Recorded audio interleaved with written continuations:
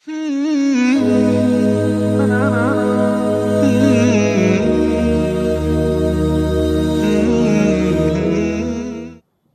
بالله من الشيطان الرجيم بسم الله الرحمن الرحيم وصلى الله على محمد وعلى آله الطيبين الطاهرين الذين أذهب الله عنهم الرجس وطهرهم تطهيرا اللهم صل على محمد وآل محمد ولعنة الدائمة الباقية على أعدائهم ومنكر فضائلهم وغاصب حقوقهم أجمعين من يوم عداوتهم إلى قيام يوم الدين أما بعد يا عباد الله أوصيكم ونفسي بتقوى الله فإن التقوى خير الزاد وبها المعاد وتنفع يوم لا ينفع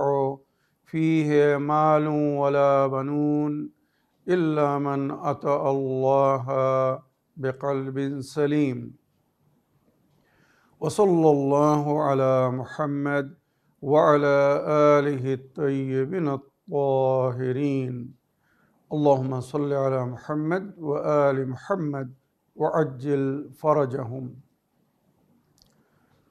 আমার প্রিয় দর্শক ও শ্রোতাবৃন্দ আসসালামু আলাইকুম ওয়া রাহমাতুল্লাহি ওয়া বারাকাতুহু। আপনাদের সকলকে আন্তরিক সালাম ও শুভেচ্ছা জানিয়ে আজকের অনুষ্ঠান ইসলাম ইন বাংলায় আপনাদেরকে স্বাগতম জানাই। আশা করি আপনারা যে যেখানে আছেন ভালো আছেন, কুশল ও মঙ্গলে আছেন, সুখে থাকুন, শান্তিতে থাকুন, সমস্ত প্রকারের দুঃখ কষ্ট থেকে মুক্তিতে থাকুন।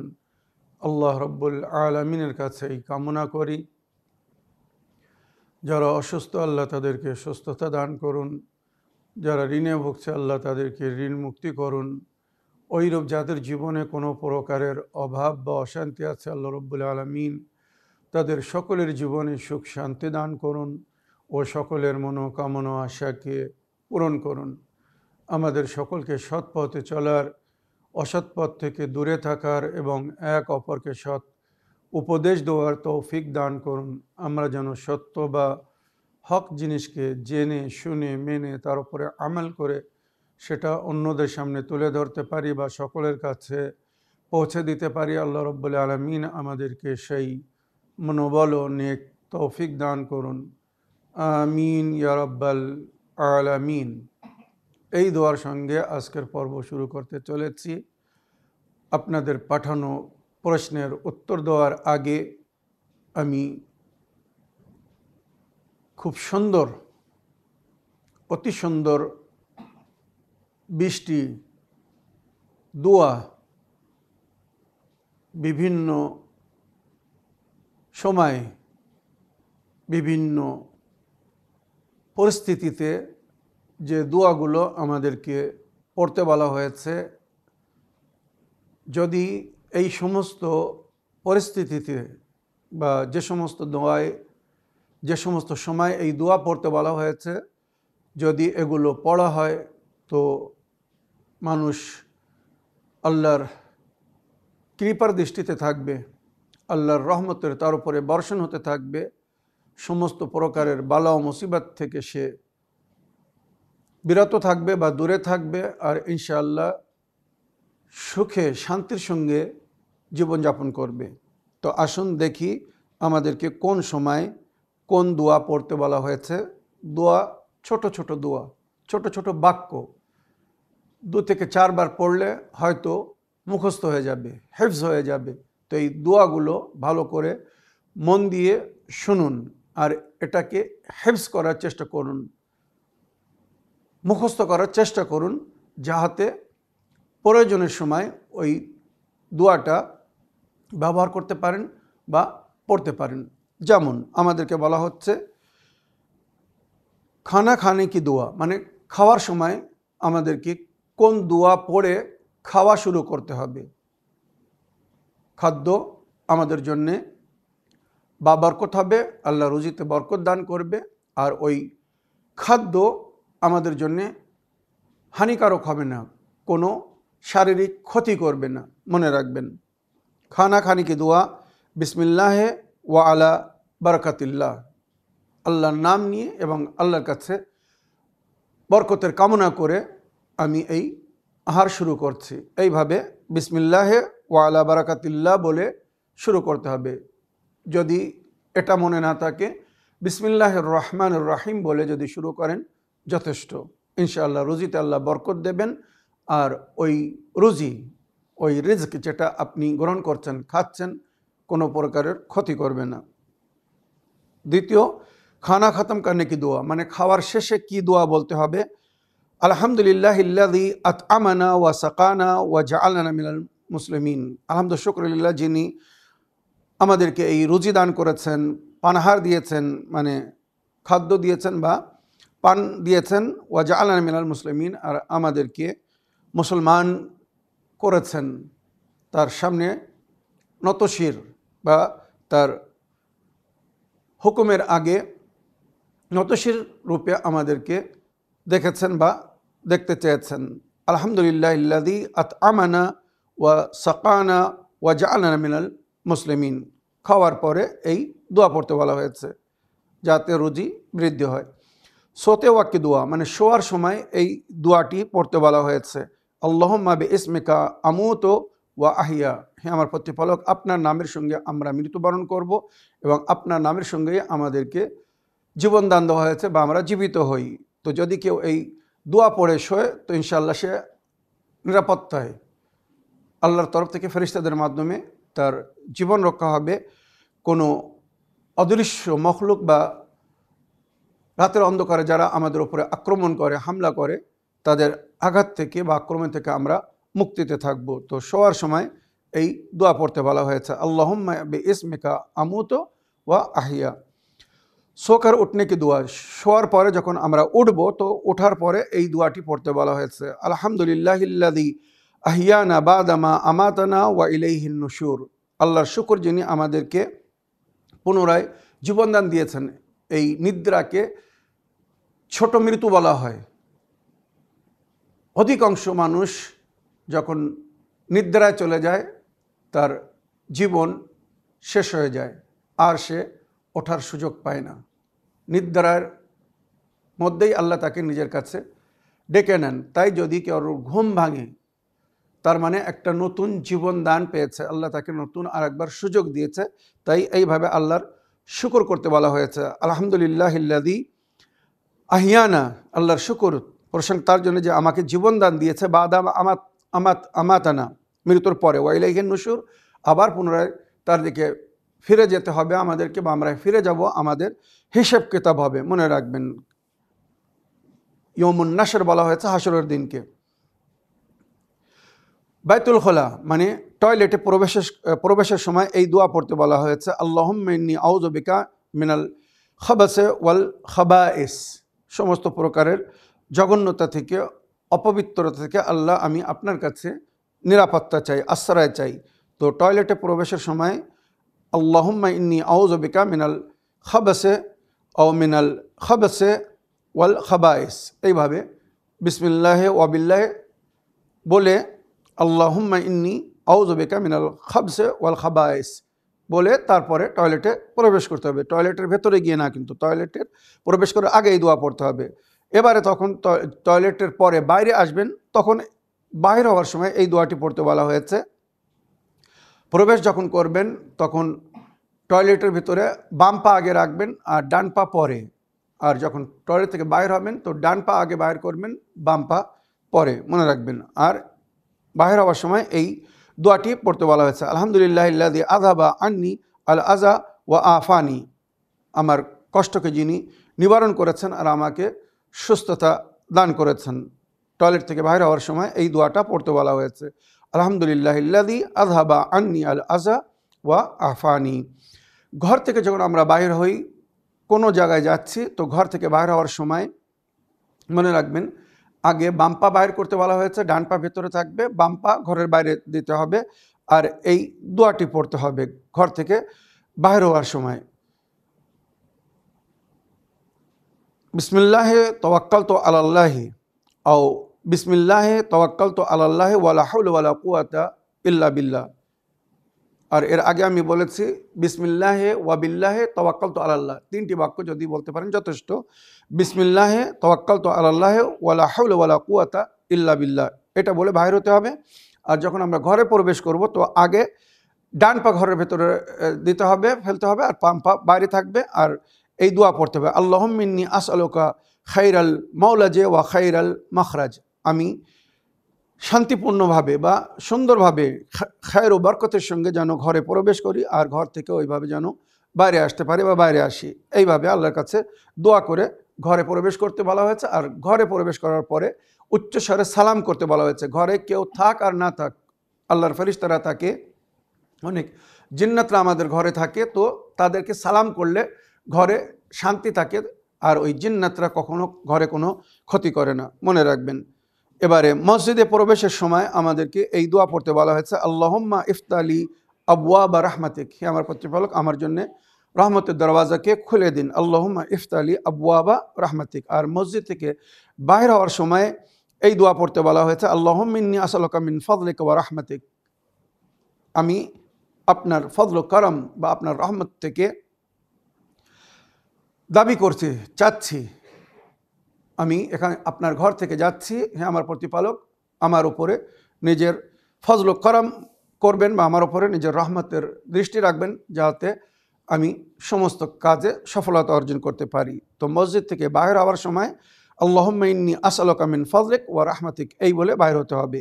এবারে যখন গাড়িতে সওয়ার হবেন, সাইকেল হোক, টু হুইলার মানে সাইকেল, মোটরসাইকেল ইত্যাদি, বা ফোর হুইলার মনে করুন ট্যাক্সি বা প্রাইভেট কার যেগুলো অনেকেই রাখে, তো গাড়িতে সওয়ার হওয়ার সময় এই দোয়া পড়তে বলা হয়েছে, বিসমিল্লাহির রহমানির রহিম, সুবহানাল্লাযী সাখখারা লানা হাযা ওয়া মা কুন্না লাহু মুকরিনিন ওয়া ইন্না ইলা রাব্বিনা লামুনকালিবুন। অধিকাংশ আপনারা যারা প্লেনে, হাওয়াই জাহাজে সফর করেছেন, আপনারা জানেন মুসলিম দেশের এরোপ্লেনে, সমস্ত এরোপ্লেনে এই দোয়া পড়ার পরে ফ্লাইং করা হয়। এই দোয়া না পড়ে জাহাজ ওড়ে না, মনে রাখবেন। সুবহানাল্লাযী সাখখারা লানা হাযা, সেই পবিত্র জাত আল্লাহ রাব্বুল আলামিন, যিনি আমার জন্য এই সওয়ারির ব্যবস্থা করেছেন, আমার আয়ত্তে দিয়েছেন এটা। আর আমি আল্লাহর কোনো হুকুমের অমান্য করি না, অস্বীকার করি না, তার ওবিডিয়েন্ট বান্দা আমি, আর তার কাছেই একদিন আমাদেরকে ফিরে যেতে হবে। সুতরাং এই দোয়া পড়ে কেউ যদি সফর শুরু করে, তো আল্লাহ রাব্বুল আলামিন তার হেফাজতের জন্য ফেরেশতাদেরকে পাঠান, আর সে নিরাপত্তার সঙ্গে সফরকে পুরো করে, আর বাখায়র আফিয়াত যায়, ওইরূপ বাখায়র আফিয়াত ফিরে আসে। তো সফরে যাওয়ার সময় বা সওয়ারিতে সওয়ার হওয়ার সময় এই দোয়া পড়বেন, সুবহানাল্লাযী সাখখারা লানা হাযা ওয়া মা কুন্না লাহু মুকরিনিন ওয়া ইন্না ইলা রাব্বিনা লামুনকালিবুন। এবারে সওয়ারি থেকে, ঘোড়া, ট্যাক্সি, সাইকেল, মোটরসাইকেল, সওয়ারি থেকে নামার সময় এই দোয়া পড়তে বলা হয়েছে, রব্বে আনজিলনি মুনজিলান মুবারাকান ওয়া আনতা খায়রুল মুনজিলিন। মুসিবতকে ওয়াক্কি দোয়া, মানে মুসিবতের সময়, বালা মুসিবত যদি আসে তো ইন্না লিল্লাহ ওয়া ইন্না ইলাইহি রাজিউন। অধিকাংশ আমাদের মধ্যে যারা জানে এই আয়াত বা এই বাক্য, কেউ মারা গেলে, খবর আসলে, বা কারোর সামনে যদি কেউ মারা যায়, তখন এই বাক্যটি বলে, এই আয়াত পড়ে, ইন্না লিল্লাহ ওয়া ইন্না ইলাইহি রাজিউন। যেখানে নবীর আহলে বাইত আমাদেরকে বলেছেন, যখনই কোনো বিপদ আসবে, সামনে মুসিবত আসবে, কেউ মারা যাওয়ার সময় না, কোনো মুসিবতের সময় এইটা পড়লে আল্লাহ তাকে মুসিবত থেকে উদ্ধার করবে বা ভালো মুসিবত থেকে রক্ষা করবে। ইন্না লিল্লাহ ওয়া ইন্না ইলাইহি রাজিউন। মুসিবতের সময়, সংকটের সময়, বিপদের সময় এই দোয়া পড়তে বলা হয়েছে, এই জিকির করতে বলা হয়েছে। নতুন পোশাক পরার সময় বা যখনই পোশাক পরবেন, এই দোয়া পড়ে যদি পোশাক পরেন, তো ওই পোশাক আপনার শারীরিক রক্ষা করবে এবং শরীরকে সমস্ত প্রকারের আপাত বিপদ থেকে বাঁচাবে, বা ভাইরাসের অ্যাটাক থেকে, আক্রমণ থেকে রক্ষা করবে। আলহামদুলিল্লাহিল্লাযী কাসানি মা ওয়ারি বেহি আওরাতি ওয়া আতাজাম্মাল বেহি হায়াতি। আল্লাহর শুকর, যিনি আমাকে এই পোশাক দান করেছেন, আমার লজ্জাস্থানকে ঢেকেছেন, আর আমাকে এই পোশাকের মাধ্যমে সৌন্দর্যতা দান করেছেন। বিনা পোশাকে মানুষ খারাপ লাগে, যার পোশাক যত সুন্দর হয়, অনেক অনেক সময় মানুষ নিজের পোশাকের কারণে সুন্দর দেখায়, মনে রাখবেন। আলহামদুলিল্লাহিল্লাযী কাসানি মা ওয়ারি বেহি আওরাতি ওয়া আতাজাম্মাল বেহি ফি হায়াতি। এইভাবে পোশাক পরার সময় দোয়া করতে বলা হয়েছে। যখন কোনো অসুস্থকে দেখতে যাবেন তো তাকে দেখে এই দোয়া পড়তে বলা হয়েছে, লা বাসা তহুরুন ইনশাআল্লাহ, আফাক আল্লাহ ওয়া শাফাক। চিন্তা করো না, আল্লাহ রাব্বুল আলামিন এই রোগ থেকে আরোগ্য করবে। আফাক আল্লাহ ওয়া শাফাক মানে আল্লাহ আপনাকে আফিয়াত দান করবেন, সুস্থতা দান করবেন, ওয়া শাফাক এবং আপনি পরিপূর্ণভাবে আরোগ্য হয়ে যাবেন বা সুস্থ হয়ে যাবেন। এইভাবে অসুস্থকে দেখে দোয়া করতে বলা হয়েছে, তার জন্যে মনে রাখবেন। লা বাসা তহুরুন, লা বাসা তহুরুন ইনশাআল্লাহ, আফাক আল্লাহ ওয়া শাফাক। আর যদি কেউ আপনাকে খবর দেয় যে অমুক অসুস্থ হয়েছে, আপনি তাকে দেখতে যাননি, সঙ্গে সঙ্গে বলবেন আফাহুল্লাহ ওয়া শাফা। কারোর অসুস্থ হওয়ার খবর পেয়েছেন তো আল্লাহর কাছে দোয়া করবেন আফাহুল্লাহ ওয়া শাফা, আল্লাহ তাকে আফিয়াত দান করুক এবং পরিপূর্ণ সুস্থতা দান করুক। দুধ পান করার সময় আল্লাহর কাছে এই দোয়া করতে বলা হয়েছে, আল্লাহুম্মা বারিক লানা ফিহি ওয়াজিদনা মিনহু। আল্লাহ এতে আমার জন্য বরকত দিন আর আমার এই রুজিতে বৃদ্ধি করুন। ওইরূপ পানি পান করার সময় বিসমিল্লাহির রহমানির রহিম বলে পানি পান করবেন।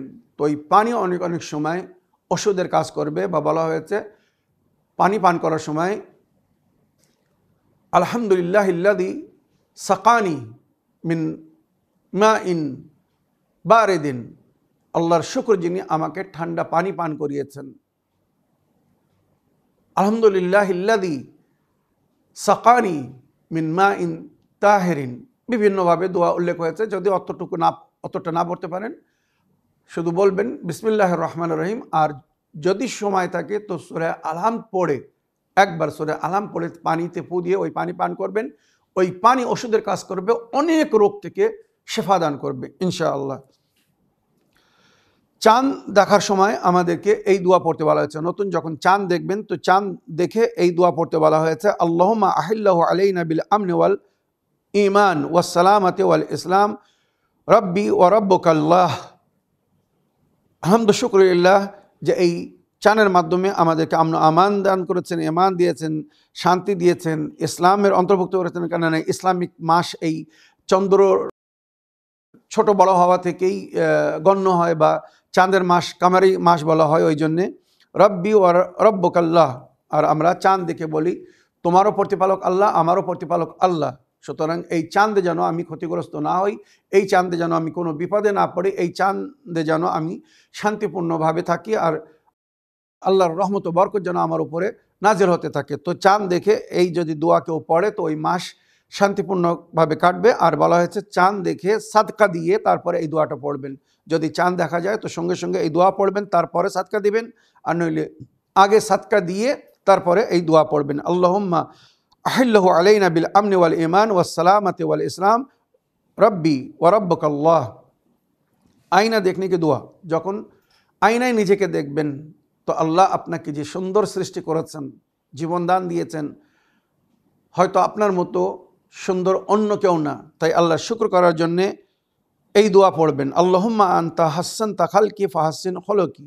আল্লাহুম্মা হাসসানতা খালকি ফাহাসসিন খুলুকি। আল্লাহ আমার সৃষ্টিকে সুন্দর করেছেন, আমার ব্যবহারকেও সুন্দর করুন, বা আমাকে সুন্দর রুজি দান করুন, এভাবেও বলা হয়েছে। আর রোজার নিয়াত করার সময় দোয়া পড়তে বলা হয়েছে,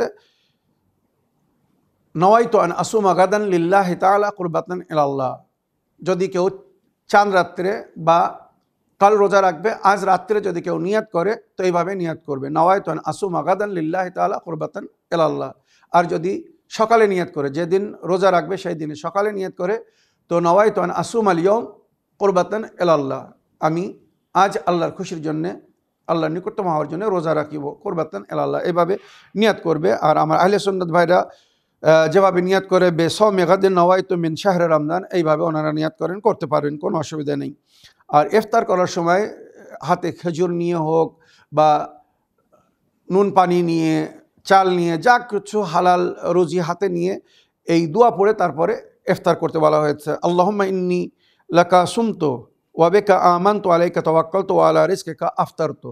এইভাবে দোয়া পড়ে ইফতার করা হয়, বা নবী ও নবীর আহলে বাইত আমাদেরকে যেভাবে বলেছেন, আল্লাহুম্মা লাকা সুমতু ওয়া আলা রিজকিকা আফতারতু ওয়া আলাইকা তাওয়াক্কালতু, বিসমিল্লাহির রহমানির রহিম বলে এবারে রোজা খুলুন বা কিছু পানাহার গ্রহণ করুন।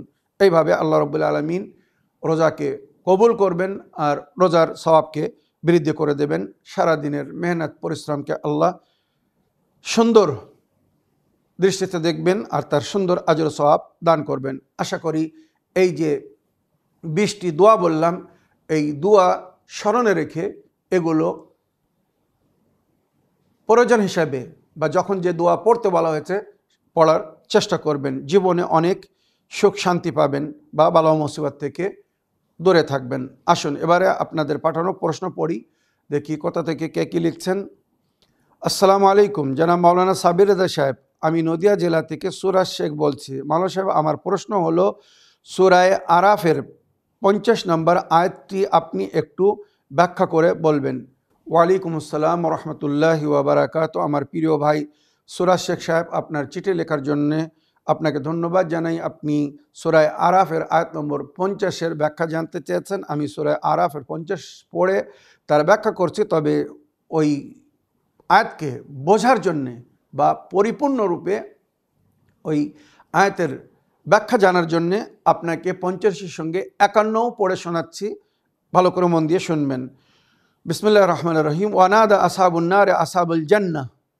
আপনারা জানেন রোজ হাশরের বিচারের পরে কেউ জান্নাতে যাবে, কেউ জাহান্নামে যাবে, কেউ জান্নাতে কেউ জাহান্নামে। তো জাহান্নামবাসীরা যখন ওখানে ক্ষুধায় পিপাসায় ছটফট করবে, কাতর হবে, আগুনের তাপে তারা জ্বলবে, তো জান্নাতবাসীদেরকে দেখাবে। মনে রাখবেন, জাহান্নাম আর জান্নাতের মাঝখানে একটি বিল্লোর মানে কাঁচ মতো ক্রিস্টালের দেওয়ার হবে, এদিক থেকে ওদিকে দেখা যাবে জান্নাতবাসীরা কত আরামে আছে তাদের নেকির কারণে, আর জাহান্নামবাসীরা তাদের পাপের কারণে কিভাবে আযাব ভোগ করছে, কি কি সাজা পাচ্ছে, এক অপরকে দেখবে। আর তখন জান্নাতবাসীরা শুকর আদায় করবে, আল্লাহর হাজার শুকর, দুনিয়ায় অনেক কষ্ট সহেছি কিন্তু আল্লাহর হুকুমের বিরোধিতা করেনি, আল্লাহর হুকুমকে মেনে চলেছিলাম বলে আজ এখানে এই শান্তিতে আছি। আর জাহান্নামবাসীরা যারা দুনিয়ায় হারামের মাধ্যমে অন্যায়ভাবে পাপের সঙ্গে জীবনযাপন করেছে বা আয়েশ করেছে, আজ তারা দুঃখিত, লজ্জিত, এমন কষ্ট, তারা জান্নাতীদেরকে দেখে বলবে, কাশ যদি দুনিয়ায় হারাম না করে, গলত না করে, ভুল না করে, পাপ না করে একটু কষ্ট ভোগ করে আসতাম, আজ ওই শান্তি আমরাও পেতাম যেটা জান্নাতবাসীরা পাচ্ছে। তাই জাহান্নামবাসীরা জান্নাতবাসীদেরকে আওয়াজ দিয়ে বলবে, এই উল্লেখ হয়েছে এই আয়াতে। ওয়ানাদা আসহাবুন নার আসহাবুল জান্নাহ। জাহান্নামবাসীরা জান্নাতবাসীদেরকে ডেকে জিজ্ঞাসা করবে বা বলবে, আন আফিদু আলাইনা মিন মাইন, আমাদের উপর একটু পানি ফেলে দাও, আমরা আগুনে জ্বলছি, গরম তাপ সহ্য করতে পারছে না, একটু পানি ফেলো। আও মিম্মা রাযাকাকুমুল্লাহ, বা তোমাদেরকে আল্লাহ যে রুজি দিয়েছে, জান্নাতের নেয়ামত তোমরা উপভোগ করছো, ওখান থেকে একটু আমাদের দিকে কিছু ফেলে দাও। ক্বালু ইন্নাল্লাহা হাররামাহুমা আলাল কাফিরিন। তখন ওই জান্নাতবাসীরা বলবে, যারা আল্লাহকে অস্বীকার করেছে, আল্লাহর হুকুমকে অমান্য করেছে, আল্লাহ তাদের উপরে জান্নাতের পানি বা জান্নাতের খাদ্যকে হারাম করেছে। মনে রাখবেন, এই সূরা আরাফের 50 নম্বর আয়াত পড়লাম, এবার 51 নম্বর আয়াত শুনুন। আল্লাযীনা ইত্তাখাযু দীনাহুম লাহওয়ান ওয়া লাইবান গাররাতহুমুল হায়াতুদ দুনিয়া। যারা দিনের সঙ্গে রহস্য করেছে। কেন পড়ছি? যারা এখনো আল্লাহর হুকুমকে অমান্য করছে, এর মধ্যে তাদের জন্য শিক্ষা। আল্লাযীনা ইত্তাখাযু দীনাহুম লাহওয়ান ওয়া লাইবান, যারা নিজের দিনকে খেলা রহস্য মনে করেছে, ওয়া গাররাতহুমুল হায়াতুদ দুনিয়া, আর দুনিয়ার মায়া মোহ মহব্বত তাদেরকে মোহ করে রেখেছে, দুনিয়ায় মগ্ন করে রেখেছে, আল্লাহর উপাসনা ইবাদত বা আল্লাহর হুকুম থেকে তাদেরকে দূরে রেখেছে। ফালইয়াউমা নানসাহুম কামা নাসু লিকা ইয়াউমিহিম হাযা, আল্লাহ তাদের জন্য বলছে আজ তাদেরকে ওইভাবে ভুলিয়ে দেওয়া হবে যেমন তারা এই দিনকে দুনিয়ায় ভুলিয়ে দিয়েছিল। মানুষ যদি আখিরাতকে স্মরণ করে, পরকালের হিসাব কিতাবকে স্মরণ করে, তো কখনো পাপ করবে না, ভুল করবে না। কুল্লু নাফসিন বিমা কাসাবাত রাহিনা, সমস্ত নফস যা সঞ্চয় করেছে এই দুনিয়া থেকে সেটা পরকালে দেখবে। নেকি সঞ্চয় করলে নেকি দেখবে, বদি সঞ্চয় করলে বদি দেখবে। ভালো করলে তার সুফল পাবে, বুরাই করলে তার কুফল তাকে গ্রহণ করতে হবে, দেওয়া হবে। ফালিয়মা নানসাহুম, আল্লাহ তাদের জন্য বলছে আজ তাদেরকে ওইভাবে ভুলিয়ে দেওয়া হবে কামা নসুলেকা ইয়ৌমিহিম হাদা, যেমন তারা আজকের দিনের এই সাক্ষাৎকে দুনিয়ায় ভুলিয়ে রেখেছিল। ওয়ামা কানু বিআয়াতিনা ইয়াহজাদুন, আর আল্লাহর হুকুমকে তারা অস্বীকার করতো, অমান্য করতো। আল্লাহর নিশানি বা আল্লাহ যে হেদায়েত দিয়েছিল জেনে শুনে তার অমান্য করত, বিরোধিতা করত। তো এই আয়াত দুটি তাদের জন্যে শিক্ষা, হেদায়েত। যারা এখনও আল্লাহর হুকুমকে অমান্য করছে, জাহান্নামীদেরকে যখন জাহান্নামে নিক্ষেপ করা হবে, জ্বলবে, ওখান থেকে তারা চিৎকার করে জান্নাতবাসীদেরকে বলবে একটু পানি দাও, একটু খাবার দাও। জান্নাতবাসীরা বলবে না, আল্লাহ দুটোই তোমাদের উপরে হারাম করেছে। তোমরা যেমন আল্লাহকে ভুলিয়ে দিয়েছিলে দুনিয়ায়, আজ আল্লাহ তোমাদেরকে ভুলিয়ে দিয়েছে। তোমরা যেমন আল্লাহর হুকুমকে অস্বীকার করেছিলে, অমান্য করেছিলে, হারামে লিপ্ত ছিলে, নাজায়েজ খাচ্ছিলে, আজ তার সাজা ভোগ করো। আশা করি এই আয়াত থেকে তারা শিক্ষা লাভ করবে। আগের প্রশ্ন পড়ি। আসসালামু আলাইকুম, জনাব মাওলানা সাবির রেজা সাহেব, আমি নদিয়া জেলা থেকে সুরাজ শেখ বলছি। মাওলানা সাহেব, আমার প্রশ্ন হলো আয়াতুল্লাহ আবুল কাসিম আল খুই রহমতুল্লাহ আলাইহ, ওনার সম্পর্কে আপনি একটু বলবেন এবং ওনার কিছু ওসিয়াত বয়ান করবেন। ওয়ালাইকুম আসসালাম রহমতুল্লাহি ওয়া বারাকাতুহু। আমার প্রিয় ভাই সুরাজ শেখ সাহেব, একজন মহান ব্যক্তির সম্পর্কে আপনি প্রশ্ন করেছেন। আয়াতুল্লাহ খুই রহমতুল্লাহ আলাইহ, জানার আমি তাকলিদ করি, আর বিশ্বের অধিকাংশ জ্ঞানীগণী ব্যক্তিরা ওনারই তাকলিদ করতেন, আর অনেকেই আছে ওনার তাকলিদের ওপরে বাকি আছেন। আর ওনার পরে ওনার শিষ্য বা ছাত্র শাগির্দ আয়াতুল্লাহ সিস্তানি মাদ্দাদুল্লাহুল আলী, ওনারও ফতোয়া যে যদি কেউ আয়াতুল্লাহ খুই রহমতুল্লাহ আলাইহের ফতোয়ার ওপরে বাকি থাকতে চায়, বাকি থাকতে পারে, তবে নতুন যদি কোনো মাসলা মাসাইল তাদের সামনে আসে, তারা আমার দিকে রুজু করতে পারে, মানে আমার কাছে জিজ্ঞেস করতে পারে। তো ওই জন্যে খুই সাহেবের মোকাল্লেদিন, যারা খুই সাহেবের জীবনে ওনাকে অনুসরণ করতেন, ওনার তাকলিদ করতেন, অনেকেই তাদের মধ্যে ওনার তাকলিদের ওপরে বাকি আছে, কেননা আয়াতুল্লাহ সিস্তানি সাহেব অনুমতি দিয়েছেন। আর যারা নতুন তাকলিদ করছে তাদের জন্য বলা হয়েছে জীবিত মুজতাহিদের তাকলিদ করতে হবে। নতুন যারা তাকলিদ করবে, কোনো মৃত মুজতাহিদের তাকলিদ করা তাদের জন্য জায়েজ না। তো মনে রাখবেন, আয়াতুল্লাহ খুই রহমতুল্লাহ আলাইহ উনি বিশ্বের এমন একজন ধর্মগুরু ছিলেন, এমন একজন মোকাল্লাদ, মানে যার তাকলিদ হয়, মুজতাহিদ বা মুফতি ছিলেন, বিশ্বে যার অধিক তাকলিদ হয়েছে। আয়াতুল্লাহ মহসিনুল হাকিম, ওনার পরে বিশ্বে সবচেয়ে বেশি যাকে অনুসরণ করা হয়েছে, যার তাকলিদ করা হয়েছে, উনি হচ্ছেন সৈয়দ আল খুই, জানার সম্পর্কে আপনি জিজ্ঞাসা করেছেন।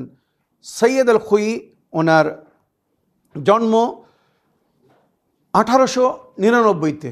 সৈয়দ আল খুই উনি জন্মগ্রহণ করেছিলেন 1899-তে, আর উনি মৃত্যুবরণ করেছিলেন বা শাহাদত বরণ করেছিলেন 1992, মানে 93 বছর বয়সে উনি পরলোক গমন করেছিলেন, এই দুনিয়া থেকে বিদায় নিয়েছিলেন।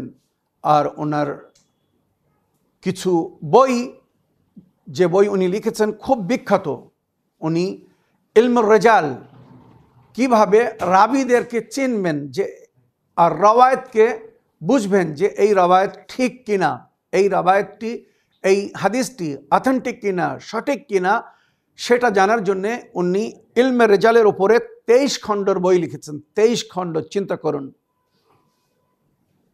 সুতরাং ওই জন্যে সবচেয়ে বেশি লোক বা মানুষ ওনার উপরে বিশ্বাস করতেন, কেননা উনি রওয়ায়াত সম্পর্কে পরিপূর্ণ জ্ঞান রাখতেন, খবর রাখতেন কোন রওয়ায়াতটি সঠিক আর কোন রওয়ায়াতটি ভুল, মিথ্যা, জালি তৈরি করা রওয়ায়াত। তো মিথ্যা এবং জালি তৈরি করা রওয়ায়াতে যদি যাচাই করতে চান তো ইলমুর রেজাল পড়তে হবে, তবে এটা সাধারণ মানুষের জন্য না, এগুলো ওলামা, মাওলানা, জ্ঞানী ব্যক্তিদের জন্যে। তো ইলমুর রেজাল উনি লিখেছেন। তারপরে আল বায়ান ফি তাফসিরুল কোরআন ওনার বিখ্যাত বই, যেগুলো ওনার মানে অতি মূল্যবান মানে উপহার রূপে উনি দুনিয়ায় ছেড়ে গেছেন। আর মিনহাজুস সালেহিন শরিয়তের সংবিধান যেখানে উনি সংকলন করে গেছেন, ওইরূপ রেজালুল হাদিস ওনার বিখ্যাত বই, আজওয়াদুত তাকরিরাত মানে মাহাজরাত সৈয়দ আল খুই, যে বই পড়ে মানুষ বা ওলামাগণেরা মুফতি হন, মুজতাহিদ হন, মারজায়ে তাকলিদ হন, ফতোয়া দেওয়ার যোগ্য হন। চিন্তা করুন, এমন সুন্দর সুন্দর কিতাব উনি লিখে গেছেন। তো আয়াতুল্লাহ খুই রহমতুল্লাহ আলাই উনি ইরানের বাসিন্দা ছিলেন। ইরানের শহর খুই বলে একটি জায়গা, ওখান থেকে উনি শিক্ষা লাভের জন্যে নজফে এসেছিলেন, আর শিক্ষা লাভ করে ওখানেই উনি বাকি জীবন কাটিয়েছিলেন। আর ওনার শিক্ষকের মধ্যে মির্জা নাইনি, মুহাক্কিকে আসফাহানি, আবুল হাসান আসফাহানি, যিনি সরাসরি ইমামের সঙ্গে সাক্ষাৎ করতেন। মনে রাখবেন সৈয়দ আল খুই ওনার ছাত্র ছিলেন, সেই জন্য ওনার উপরে বিশেষ একটি কৃপার নজর ছিল। ফিক বা উসুলে ফিকের মধ্যে ওনার অনেক নাম আছে। আর ওনার ছাত্রদের মধ্যে যে সমস্ত নাম বিখ্যাত, ওনার ছাত্র মোহাম্মদ ইসহাক ফাইয়াজ, মনে রাখবো ওনার ছাত্ররাও কিন্তু সবাই এখন মুজতাহিদ, সবার তাকলিদ হচ্ছে বিশ্বে বা হয়েছে যাদেরকে উনি পড়িয়েছিলেন। চিন্তা করুন তাহলে কত শিক্ষিত ছিলেন আর কিভাবে নিজের শিষ্যদেরকে, ছাত্রদেরকে শিক্ষা দিয়েছিলেন। 70 বছর উনি শিক্ষা দিয়েছিলেন, কোরআন, হাদিস, দারায়াত, রওয়ায়াত থেকে শিক্ষা দিয়েছিলেন। আর ওনার ছাত্রর অধিকাংশরা সব মুজতাহিদ হয়েছিলেন, ফতোয়া দিতেন। মোহাম্মদ ইসহাক ফাইয়াজ, সৈয়দ মোহাম্মদ বাকির সদর, মির্জা জওয়াদ তাবরিজি, সৈয়দ আলী আল হোসেন সিস্তানি, বর্তমান বিশ্বে যিনি বেঁচে আছেন, যারা সবচেয়ে বেশি তাকলিদ হচ্ছে, হোসাইন ওয়াহিদে খোরাসানি, উনি বিখ্যাত ব্যক্তি বেঁচে আছেন, ওনার তাকলিদ হচ্ছে বা তাকলিদ হতো। সৈয়দ আব্দুল করিম আল মুসবি আল আরদেবিলি, এই সমস্ত বিখ্যাত মুজতাহিদিনদের উনি ওস্তাদ ছিলেন, সৈয়দ আল খুই। মনে রাখবেন তাহলে উনি কত বড় এবং কত মহান ব্যক্তি ছিলেন। এবারে ভেবে দেখুন, ওনার পুরো নাম সৈয়দ আবুল কাসিম, আর ওনার পদবী বা ডাক নামে যে নামে উনি পরিচিত ছিলেন খুই। উনি খু বলে একটি জায়গা ইরানে, ওখানকার বাসিন্দা ছিলেন বলে ওনাকে খুই বলা হয়। ওনার জন্ম 19 নভেম্বর 1899 খ্রিস্টাব্দে উনি জন্মগ্রহণ করেছিলেন ইরানে, ওনার খু নামের স্থানে। আর ওনার মৃত তারিখ ছিল 8 আগস্ট মাসের 8 তারিখ 1992। 93 বছর বয়সে উনি পরলোক গমন করেছিলেন, পর্দা নিয়েছিলেন। ওনাকে গৃহবন্দী করে রাখা হয়েছিল, আর সব সময় যে কোনোভাবে ওনাকে মারার পরিপূর্ণ চেষ্টা করা হচ্ছিল সাদ্দামের তরফ থেকে, জানেন তো। ওই জন্যে ওনার সম্পর্কে লেখা হয়েছে যে ওনাকে গোপনে বিষ দিয়ে নাকি মারা হয়েছিল, যেমন অধিকাংশ আমাদের ইমামদেরকেও এইভাবে জালিম রাজারা, বাদশারা, খলিফারা বা হাকিমরা বিষ দিয়ে মেরেছিল। ওনার পবিত্র কবর বা সমাধি মাওলা আলী আলাইহিস সালামের রওজার যে সাহেন, ওখানেই ওনাকে দাফন করা হয়েছে। আগায় খুই রহমতুল্লাহ আলাইকে ইরাকে নজফে মাওলা আলী আলাইহিস সালামের যেখানে কবর রওজায়, ওখানেই ওনাকে দাফন করা হয়েছে। আর ওনার সন্তানদের মধ্যে বিখ্যাত জানাদের নাম ইতিহাসে লেখা হয়েছে সৈয়দ জামালউদ্দিন আল খুই, সৈয়দ মোহাম্মদ তাকি আল খুই, আব্দুল মজিদ আল খুই। এনারাও সবাই পরলোক গমন করেছেন। মানে জামালউদ্দিন আল খুই উনি মানে ভয়ঙ্কর রোগে মারা গিয়েছিলেন, যেটা আমরা ইতিহাসে পেয়েছি। উনি ক্যান্সারভুক্ত হয়ে মারা গিয়েছিলেন। আর তাকি আল খুই আর আব্দুল মজিদ আল খুই, এনাদের দুজনকে শহীদ করা হয়েছে সাদ্দামের যুগে। মনে রাখবেন উনি নজফে বসবাস করতেন, ওখানেই শিক্ষা লাভ করেছিলেন। আর ওনার ওস্তাদ বা শিক্ষকদের মধ্যে শেখ শরিয়া আল আসফাহানি, আবুল হাসান আসফাহানি যাকে বলা হয়, উনি বিখ্যাত মেহেদি মাজেন্দারানি, আগা আয়াতুল্লাহ জিয়া আল ইরাকি, এ সমস্ত বিখ্যাত মুজতাহিদিন বা ওলামা, ওনার ওস্তাদ মোহাম্মদ হোসেন আসফাহানি, মোহাম্মদ হোসেন নাইনি, এই সমস্ত বিখ্যাত মুজতাহিদিনরা ওনার ওস্তাদ ছিলেন, ওনার শিক্ষক ছিলেন। আর ওনার শাগিদ মানে ওনার ছাত্র বা শিষ্যদের মধ্যে যাদের নাম বলেছি, তাছাড়া সৈয়দ মোহাম্মদ মুহাক্কিক দামাদ, মির্জা হাশিম আমিলি, মোহাম্মদ আলী কাদি তাবাতাবাই, মুর্তজা আল হায়রি, সৈয়দ মোহাম্মদ হোসেন তাবাতাবাই, যারা তাফসির বিখ্যাত তাফসিরে আল মিজান, লুৎফুল্লাহ সাফি আল গোলপাইগানি, মুজতাহিদিন ছিলেন এনারা। কিন্তু এনারা সবাই খুই সাহেবের ছাত্র ছিলেন। আর ওনাকে ইজতিহাদের জন্যে বা ফতোয়া দেওয়ার জন্যে যে সমস্ত মুজতাহিদের তরফ থেকে অনুমতি দেওয়া হয়েছিল বা ওনাকে বলেছিলেন মোহাম্মদ হোসেন নাইনি, মোহাম্মদ হোসেন গরাবি আসফাহানি কাম্পানি, আকায়ে জিয়া ইরাকি, সৈয়দ আবুল হাসানে আসফাহানি, যিনি ইমামের সঙ্গে সাক্ষাৎ করতেন, যুগের ইমামের সঙ্গে। সুতরাং আবুল হাসানে আসফাহানি ওনাকে বলেছিলেন যে আপনি এবারে ফতোয়া দিন। আলহামদুলিল্লাহ, আপনি পরিপূর্ণভাবে কোরআন হাদিস সম্পর্কে জ্ঞান রাখেন, কোন সমস্যার কি সমাধান, মানে ধার্মিক বা শরীয়তের সমস্যা, তার সমাধান আপনি জানেন। সুতরাং উম্মাদকে গাইড করুন আর আপনি ফতোয়া দিন। আর ওনারও কিন্তু বাল্যকাল থেকে 3টি দোয়া ছিল, আগে বলছি, আগে ওনার সম্পর্কে বাক্যটা পুরো করে নিই। আর উনি যে সমস্ত বই লিখেছেন তার মধ্যে আল বায়ান ফি তাফসিলুল কোরআন, মিনহাজুস সালিহিন, মুজাম ইলমুর রিজাল বা মাহাজারাত সৈয়দ আল খুই বিখ্যাত।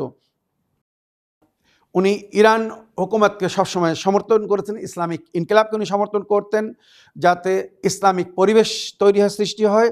আর সামাজিক হিসাবে বিভিন্ন দেশে উনি মাদ্রাসা, মসজিদ, ইমামবাড়ি, হসপিটাল তৈরি করেছিলেন বা শিক্ষা কেন্দ্র তৈরি করেছিলেন। যে সমস্ত সংস্থায় আমি শিক্ষা লাভ করেছি ওনারই তৈরি করা সংস্থা ছিল, মনে রাখবেন। এবারে আমি আয়াতুল্লাহ খুই সাহেবের সম্পর্কে একটি সুন্দর জিনিস আপনাদেরকে বলতে চাই, যেটা আমার ভাই সুরাজ সাহেব জিজ্ঞাসা করেছেন বা বলতে চেয়েছেন যে ওনার কিছু নসিহাত বা ওনার হেদায়েত আমাদেরকে জানাবেন, উনি যে উপদেশ দিয়েছেন। তো সর্বপ্রথম আমি ওনার জীবনের একটি ঘটনা আপনাদেরকে শোনাতে চাই। আর সেটা হচ্ছে, উনি সবসময় আল্লাহর কাছে দোয়া করতেন। বাল্যকাল থেকে ওনার 3টি দোয়া ছিল।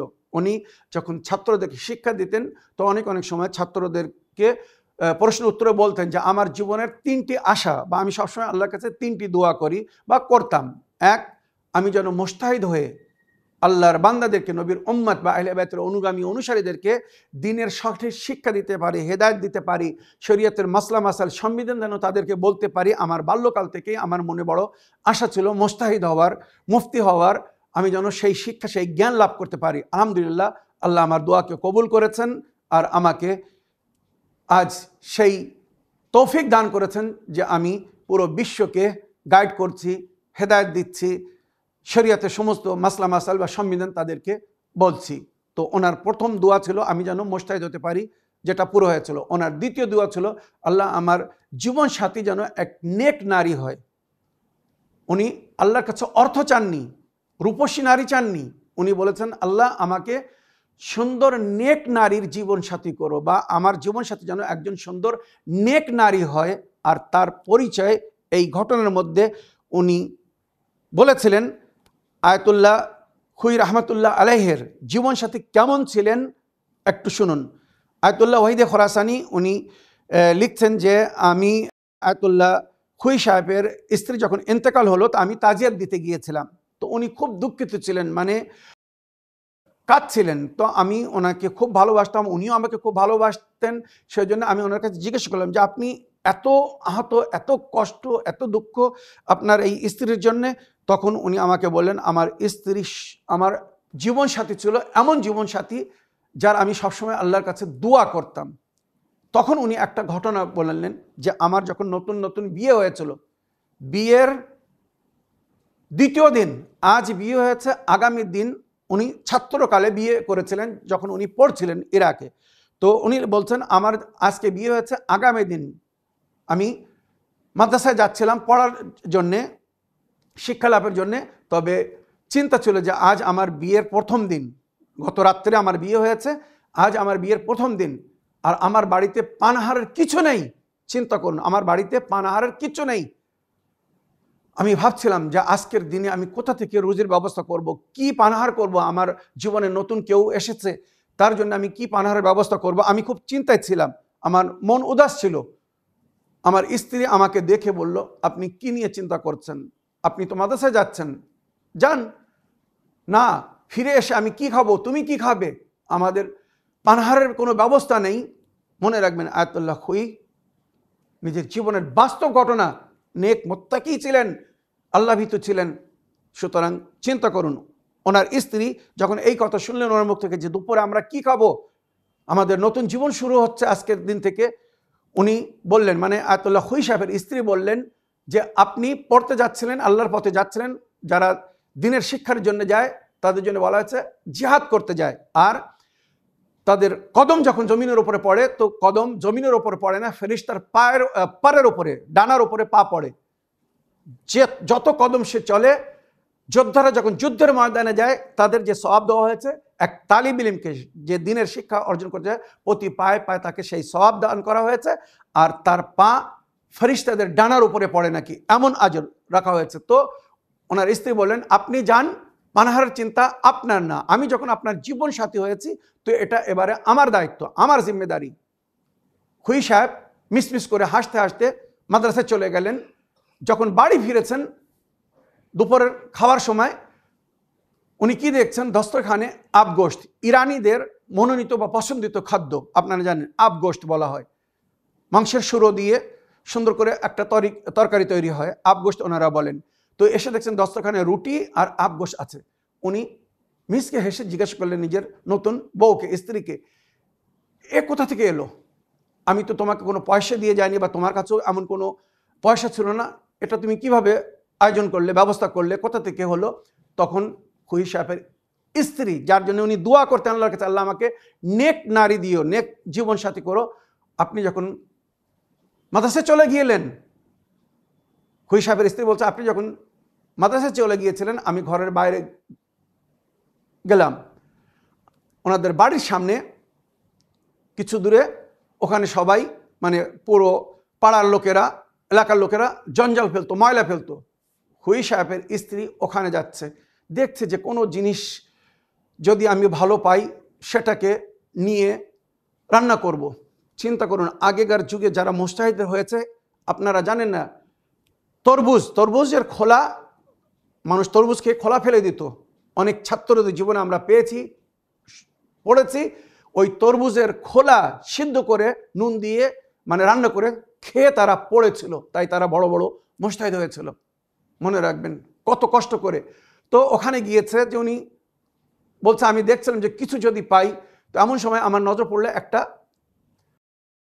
কাঁসা বা তামার একটা বাসনের উপরে, যে কেউ পুরনো হয়ে গিয়েছিল, খারাপ হয়ে গিয়েছিল, ফেলে দিয়েছে। আমি সেই তামার বাসনটা নিয়ে দোকানে বিক্রি করলাম, একটা ভালো দাম পেলাম। তামার জিনিসের দাম হয় আপনারা জানেন, কাঁসা বা তামার, সেটা বিক্রি করে ওই পয়সায় আমি মাংস কিনে নিয়ে আসলাম। কারণ আজকে আমাদের জীবনের প্রথম দিন ছিল, একটু যাতে ভালো পানাহার করতে পারে আমরা বাড়িতে স্বামী স্ত্রী, সুতরাং আমি মাংস কিনে নিয়ে আসলাম, আর বাকি আটা নিয়ে রুটি তৈরি করলাম। খুই সাহেব শুকরের সেজদা করলেন আল্লাহর কাছে, যে আল্লাহ, আমি যে দোয়া করতাম সবসময় আমাকে এক নেক জীবনসাথী করো, আল্লাহ আমার দোয়াকে কবুল করেছেন, আর এত সুন্দর জীবনসাথী, নেক স্ত্রী দিয়েছে। স্ত্রী যে সুখ দুঃখ, জীবনসাথী কেন, সুখ দুঃখের সাথী, শুধু সুখের সাথী না। আজকালের স্ত্রীরা শুধু সুখের সাথী হতে চায়, দুঃখের সাথী না, মনে রাখবেন। তো ওনার এই দ্বিতীয় দোয়াও আল্লাহ কবুল করেছিলেন। আর ওনার তৃতীয় দোয়া ছিল, আল্লাহ আমি যেন শাহাদাত বরণ করি, সাধারণ মৃত্যু বরণ করতে চাই না। আল্লাহ ওনার সেই দোয়াও কবুল করেছিলেন। আর যেমন ওনার সম্পর্কে লেখা হয়েছে যে উনি গৃহবন্দী অবস্থায় মারা গিয়েছিলেন, আর অধিকাংশ বুজুর্গানরা বলেছেন ওনাকে বিষ দিয়ে নাকি মারা হয়েছিল। কেননা ওনার একটা প্রভাব ছিল সমাজের উপরে। উনি যে ফতোয়া দিতেন, যে কথা বলতেন, সবাই ওই ফতোয়াকে, ওনার কথাকে পাথর কি লখির, মানে পাথরের উপরে দাগ মনে করে সবাই গ্রহণ করত। উনি যখন বলেছেন তো আমাদেরকে এটা মানতে হবে বা করতে হবে।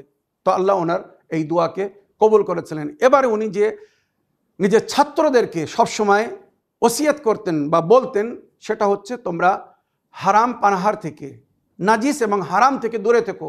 যদি তোমরা জীবনে উন্নতি করতে চাও, আল্লাহর কৃপার নজরে যদি থাকতে চাও, তোমাদের জীবনে যদি উন্নতি বা বরকত চাও, তো হারাম পানাহার এবং নাজিস পানাহার থেকে দূরে থেকো। এক।